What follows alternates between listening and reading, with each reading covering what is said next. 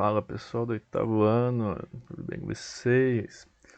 Bora fazer aí a primeira e segunda semana. Eu vou ativar de novo o Classroom e vou pedir para vocês mandarem as questões que vocês resolveram por lá de novo, porque no WhatsApp tá ficando meio tumultuado. Daí eu vou colocar lá semana 1 e 2, daí vocês vão mandando as atividades assim que vocês forem fazendo. Beleza? Então vamos lá. Primeira semana, unidade temática dos processos de independência da América. Então continua o tema, né, do PET 3. Os caminhos até a independência do Brasil. Identificar e explicar o protagonismo e atuação de diferentes grupos sociais e étnicos nas lutas de independência no Brasil. Então, para você identificar e conseguir explicar como foi o protagonismo, quem foram as pessoas que conseguiram a independência, foram as pessoas que foram os líderes das revoluções aqui no Brasil. Conteúdos relacionados: indígenas africanos na América e formas de governo adotadas por países independentes. Certo? Então tem um textinho aqui, ó, falando disso, falando da expansão, da doutrina Monroe, né, que é a América para os americanos, falando da elite crioula, que eram descendentes, filhos de espanhóis nascidos na América. Então esse texto é importante para vocês entenderem as questões. Vamos lá. Número 1. Em 1960, iniciava-se no continente sul-americano uma competição de futebol de clubes, reunindo o campeão nacional de cada país integrante da Confederação Sul-Americana de Futebol, a Comebol, chamando-se assim inicialmente de Copa dos Campeões da América. O torneio logo passou a ser conhecido como Copa Libertadores da América. Na história dos países sul-americanos, quais idealistas são considerados os libertadores da América? E qual processo de revolução político-social eles lideraram no século XXI? Bom, os dois principais é o Simão Bolívar, que está aqui, ó, vou até achar para vocês aqui, ó, Simão Bolívar, e o José de San Martín. No caso, Simão Bolívar, ele foi um idealizador da independência da Bolívia, do Equador, da Venezuela, etc. E o San Martín é a parte mais ao sul da América, Chile, Argentina. Então aqui, ó, em qual processo de revolução político-social eles lideraram? Eles lideraram uma revolução político-social contra as metrópoles, contra o governo da Espanha. Então, eles lideraram uma revolução que libertou os países de serem colônias da Espanha. Beleza? Então os libertadores são os dois ali que eu marquei, ó. Simão Bolívar e San Martín, esses dois aqui, ó. E eles libertaram os países da colonização da Espanha. Beleza? Luiz. Com base no texto estudado e com auxílio do seu livro didático, respondo. O que é a doutrina Monroe? Ela está aqui, ó, que eu até comentei. Ó. A doutrina Monroe falava que o Monroe, né, o presidente dos Estados Unidos, falava que a América teria que ser para os americanos, a América para os americanos. O que isso queria dizer? Queria dizer que os países da Europa não tinham mais influência aqui na América. Eles não poderiam mais pegar e vir aqui e colonizar os países, porque os países deveriam se tornar independentes, certo? Então o que acontece? A doutrina Monroe foi uma doutrina que dizia que os países não deveriam mais serem colônias de países europeus. Então eles deveriam se tornar independentes. Países como Cuba e Porto Rico tornaram-se realmente independentes no século XIX? Então, esse país aqui não. Por quê? Porque os Estados Unidos aproveitou dessa doutrina Monroe aqui, ó, para fazer com que outros países ali do Caribe fossem portos para ele, como uns países amigos, entre aspas, onde os Estados Unidos exploravam esses países e esses países eram meio que, entre aspas, vendidos para os Estados Unidos. Então acabou que eles não eram tão independentes assim, porque eles dependiam muito dos Estados Unidos, né? Economicamente e politicamente, certo? A elite crioula tinha interesse em promover a imediata libertação dos escravizados? Justifique. Então, essa elite crioula era uma elite branca. Esses crioulos, a gente pensa em crioulo, a gente já pensa numa pessoa que é negra, mas não é. Crioulo eram as pessoas que eram filhos de espanhóis, só que nascidos aqui na América. Então eles não nasceram na Europa, eles nasceram aqui na América. Só que eles tinham certas regalias, eles ocupavam cargos do governo, eles eram administradores, donos de escravos, donos de fazenda, etc. Então eles tinham interesse para libertar os escravos? Claro que não, eles precisavam de mão de obra para trabalhar na lavoura.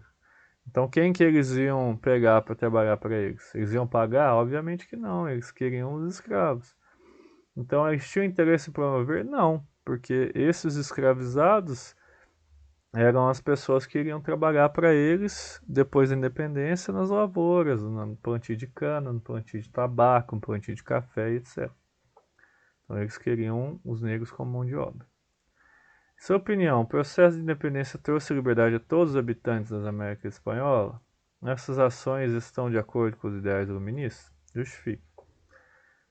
Então aqui, trouxe liberdade? Não, não trouxe liberdade a todos, porque as pessoas que eram negras e indígenas ainda continuaram a ser escravizadas. Essas ações estão de acordo? Claro que não.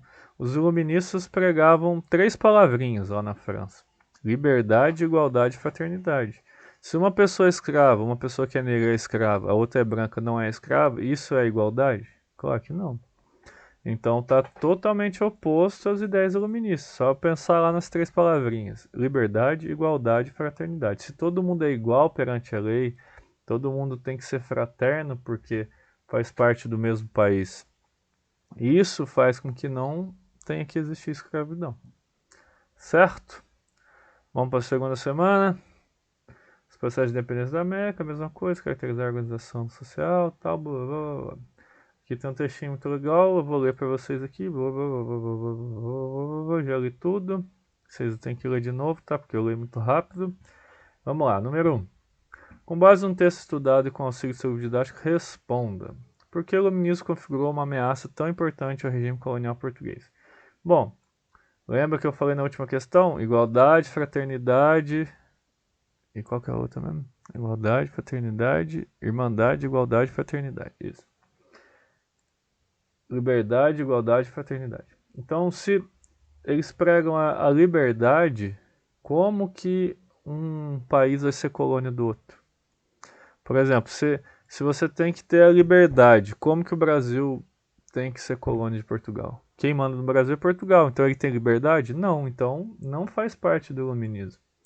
O iluminismo pregava que todos os países tivessem a liberdade e igualdade perante os outros países também.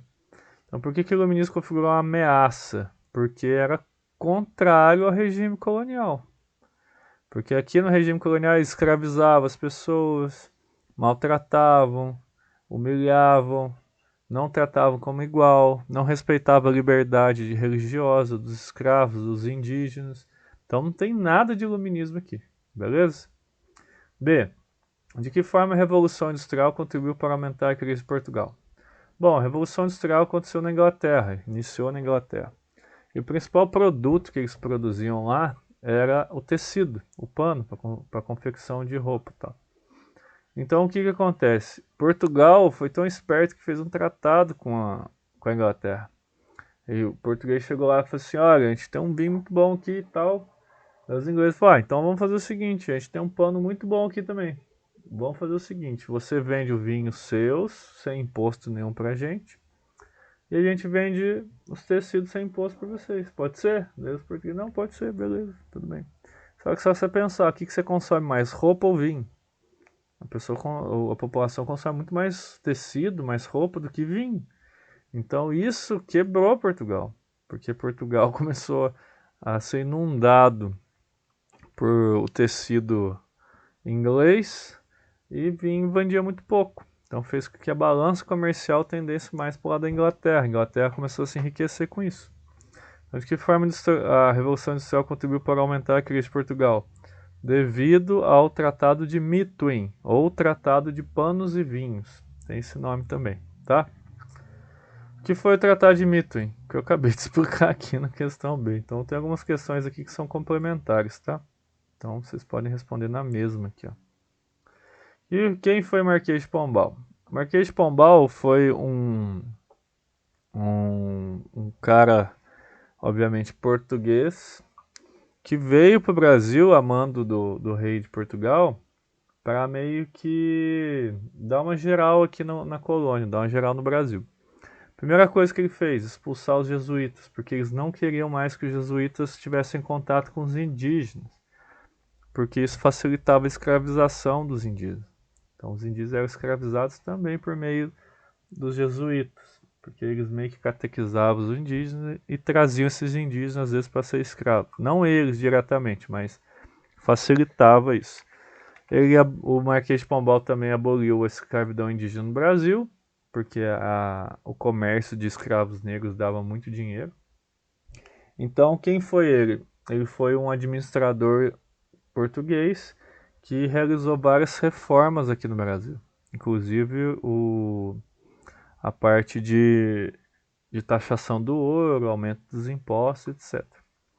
Por que Pombal favoreceu o aumento do fluxo de escravizados no Brasil? Porque ele queria que, com a venda dos escravos vindos da África, gerava muito lucro, porque normalmente os escravos eram vendidos a preço de ouro. Então isso dava muito lucro para Portugal, porque Portugal que fazia esse transporte. Então eles traziam os escravos para o Brasil e vendiam para as pessoas revenderem para o interior do Brasil. Então isso dava muito dinheiro. Então o Pombal favoreceu o fluxo de escravizados porque eles sabiam que esse comércio era muito favorável a Portugal, dava muito dinheiro. Beleza? Então é isso aí, galera. Espero que vocês tenham entendido certinho. Leia os textinhos também, eu sei que é um pouquinho grande, mas vale a pena para vocês entenderem as questões certinho. Beleza? Então até as 2 outras semanas aí. Abraço.